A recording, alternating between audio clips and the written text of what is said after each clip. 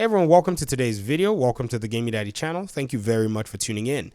So we're looking at the Division Heartland, and I wanted to continue to have this discussion and flesh out what I think might be the basis of this particular Division game. Now, there are many hypotheses out there.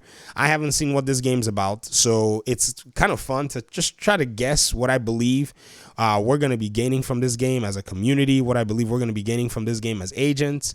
And so, another thing too that would really help us to kind of get some, I would say, realistic expectations is looking also at Red Storm's record. So Red Storm is in charge of this game. They're working alongside Ubisoft Bucharest to work, to bring this game to the, to the audience. And a lot of people are going off of what they believe and think Red Storm is capable of doing or what they've done in the past. And so this is something that many think will probably inform, the way they actually engage with this particular game. And so what is Red Storm's own deal? For those of you who don't know, Red Storm has worked on the Division since the very first game. In fact, Red Storm is one of the classic Ubisoft studios that worked on some of the older Tom Clancy games. So Tom Clancy games are actually embedded in the lifeblood of Red Storm. The Division, I don't know how Massive was able to get their hands on that franchise. I believe, in my mind, if you were to ask me how this all went, I think they probably had a very awesome concept for a video game like this. And Massive kind of thought, or Ubisoft thought it, much more appropriate if, they were to maybe use the Tom Clancy name to kind of actually sell the concept. And so that's probably how, Massive found themselves in that position. But then if you kind of, come back and think about, all of this stuff, you come full circle, it lends credence to the fact that, even though, Red Storm did not, 100%, I would say was not necessarily directly in charge of this particular game, you still can, say that they actually had very, very strong and significant contributions to the game itself. What contributions did they have that were significant enough for us to be able to always, reference them? Like, what was the big deal with Red Storm? They came into the Division and they added extra, I would say an expansion to the Dark Zone. They added 3 different regions and zones to the Dark Zone. And, on top of that, there was a lot of this huge emphasis from them on making sure that the game had a very, very dark feel to it, a very, I would say, unforgiving environment, something that they knew players in many cases will resonate with and, will keep them playing if you were to ask me. And then now, you have Red Storm in the picture again, coming out with this particular game, working alongside Ubisoft Bucharest. And I think it's actually very interesting to see them again, in the limelight. But again, when it then comes down to it, many people have said, well, because they had a lot of the, they had a lot of the influence in the PvP in the Division 1, it then means that, the new Division Heartland game is going to be PvP. To that, I say perhaps that might be the case. And to that, I also say it goes to even say, but if it's going to be PvP, I want to answer a question that somebody actually raised on my channel, which was, well, if the game is going to be more than likely PvP, what is it to you?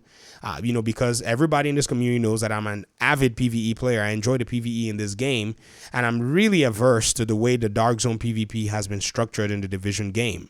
Now, I'm going to explain myself, and I'm going to tell you the reasons why I believe that the Dark Zone Division 2 or in the Division 1 never really resonated with me for its own PvP content and its PvP additions or whatever it is you want to call it. So first of all, I love the Dark Zone concept. I've spent enough time in the Division 1's Dark Zone to enjoy the, the entirety of what it has to offer. I mean, my Dark Zone level is level 70 here on my main agent on PC, but if I log into my other agents, you're going to see that I also have significant Dark Zone hours and significant, Dark Zone XP and all the others. But at the end of the day, it was only relegated to the PvE stuff. I enjoyed the open sandbox. I guess this is one of the reasons I actually do enjoy the Division 2 is because I have something like this, territories that enemies control, encounters that I can just basically fight out in the open with other enemy NPCs possibly interfering or trying to all take me out. That kind of, I would say, what would I call it? The very, sporadic nature of the gunfights that you can have in the open that were not necessarily mission, that are not only mission based, unlike say the Division, the Division 1, which was basically almost all mission based for everything. The Dark Zone was the one place I could just come and enjoy some free-form PvE. The open world didn't even provide anything of that nature. Not until Division 2 did we start getting more open world, aspects to it and all of the above.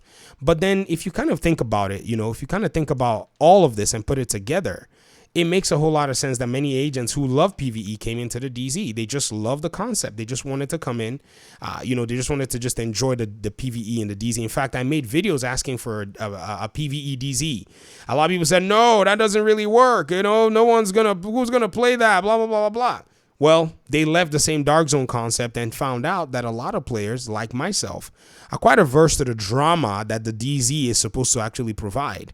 The DZ was designed to provide this very interesting one-off aspect of encounters where you can encounter other players and you could then go rogue and do all these other things that kind of lined up with the Division's premise. Now, that premise is good for creating drama, creating tension, and actually in an interesting gameplay loop.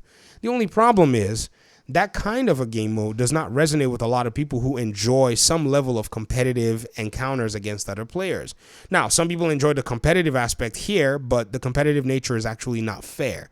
And that's what a lot of us who don't like the Division's PvP, in terms of the Dark Zone anyways, are not big fans of. Now, I like Conflict and Last Stand, all those other modes that I can go in there and just basically, play one-on-one.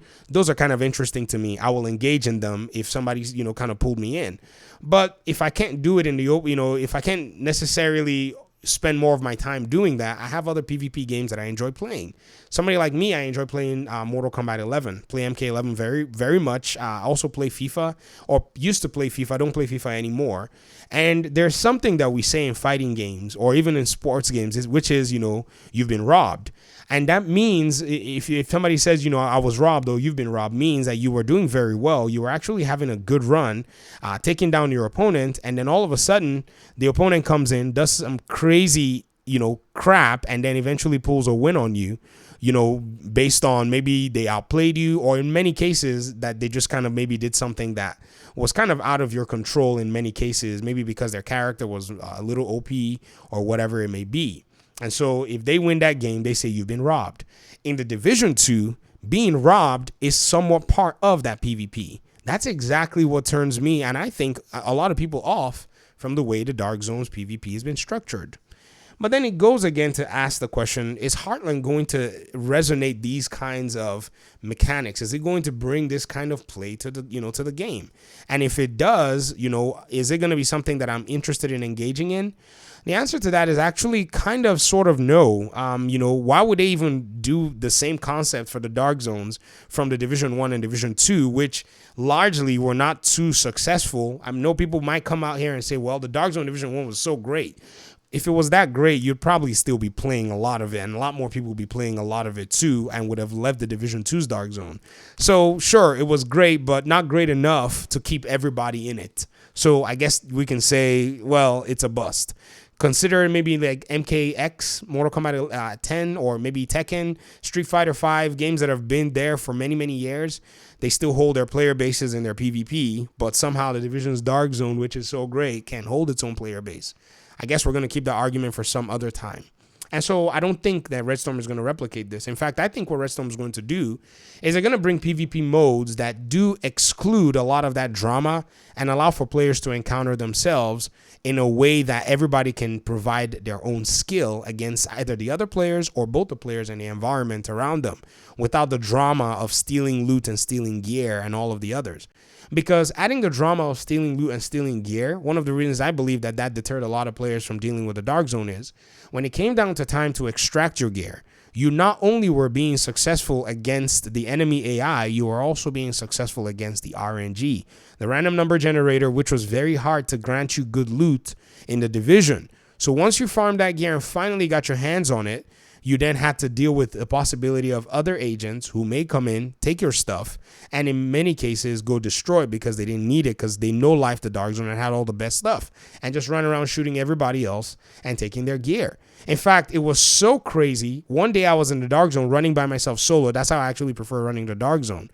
and a bunch of agents actually ganked me, and they shot me, and they destroyed all of my gear. They cut the rope and everything, and then they found out I was just by myself. They were like, "Oh no, we are very sorry." They apologized to me. They actually told me to take down one of their guys and take all my loot back, and they said they thought I was a single person. I was just I was in a group. They didn't know I was just by myself, just running around the DZ. But not many agents would do that. In fact, some people live for the gank. They will all crowd up on you as one agent and then gank you and take all your stuff, emote on you and cuss your parents out and tell you why you're very bad at the game. These things don't necessarily resonate because it never necessarily provided the fair advantage for you as the agent in many cases to fight back. Now, I also get it. Some people love that concept. They enjoy the fact and the possibility that it is possible for you as an agent to potentially take on multiple people by yourselves. And, that was a very amazing aspect. I used to watch a lot of people, they will do that. They will 1v4 a group of people running after them. Some people in Division 1 will 1v8 or take a whole server down and run around. We had a bunch of them. But many of us didn't necessarily want to deal with that. That was not necessarily why we believed we should be playing anything called PvP. If anything, Last Stand and Conflict and Skirmish and all that stuff, those were the things that in many cases resonated with us. So under those circumstances, are you going to find me playing PvP in a game where I believe that there's a little bit more fairness and you're not fighting against many different battles or unforeseen circumstances that you don't know? You're not fighting against other players who are there to destroy all of the progress that you've made. Or, if you get what I mean. I mean, you're not trying to extract loot and somebody comes in and cuts the rope of your loot. No, I'm not going to play that. I'm not going to deal with that. That's robbery. And, that goes against what I am quite accustomed to when it comes to PvP. And so if Heartland has a PvP mode that actually is excluded from all of those other things, I can definitely tell you that I'll probably be engaging in that very much. Now, I do think that there's going to be some PvE, don't get me wrong, but again, it's kind of like left to whatever that scope is going to look like. But at the end of the day, it comes down to the preferences of the players.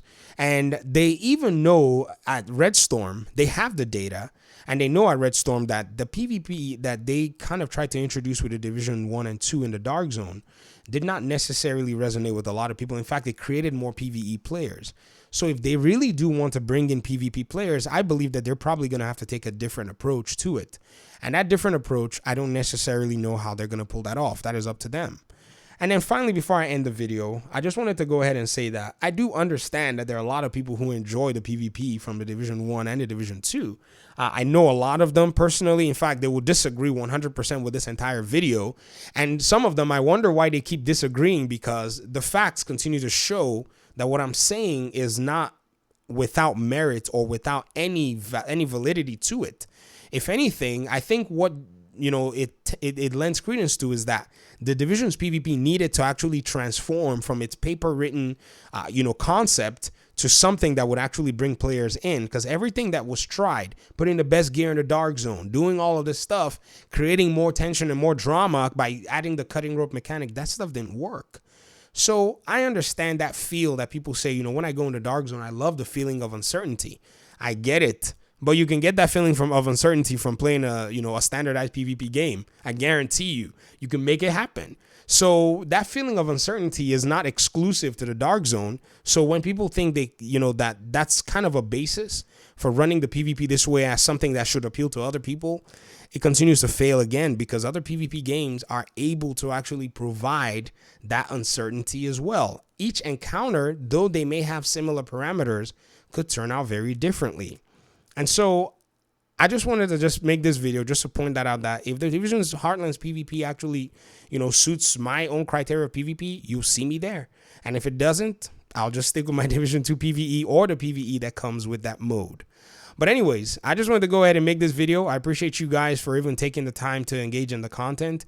Thank you for those of you who made it to the end. Let me hear your thoughts in the comment section. We're not talking Battle Royale at this point because we don't know, but, we're just going at it in the potential that it's a regular PvP or Division style PvE that comes with Heartland, and then we'll go from there. So talk to you guys in another video. Peace out.